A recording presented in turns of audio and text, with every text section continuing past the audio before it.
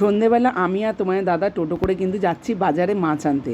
না, মাছ রাতে রান্না করব না, মাছ রান্না করব আগামীকাল সকালে। আর এই দেখো আমি কাউকে হাই করছি, দেখলে? আসলে আমাদের এখানে অনেকগুলো বিয়েবাড়ি আছে তো, আর বিয়েবাড়িতে এখন দেখবেন অনেক রকম নানা রকম লোক নানা রকম বহুরূপী সাজায়, মানে দাঁড় করায়, নানা রকম সাজায়, তারাই আবার হাই করছে। আমি আবার একটু হাই করে দিলাম। তা এটা এসছি আমরা হচ্ছে ইছাপুরে আমাদের এখানে যে রাইফেল ফ্যাক্টরি আছে, রাইফেল ফ্যাক্টরির পাশেই কিছুটা দূরে অনেক মাছ বসে। তা 3-4 জন বসেছিল। তা প্রথম যার কাছে গেলাম তার কাছে মাছটা খুব একটা পছন্দ হলো না। তারপরে যার কাছে এসে তার কাছে বেশ অনেক রকম মাছ ছিল। তা প্রথমে নিয়েছিলাম ভোলা মাছ, আর রুই কাতলা এখন একদম খেতে ভালো লাগে না। আর এই মাছটাকে চিনতে পারছো?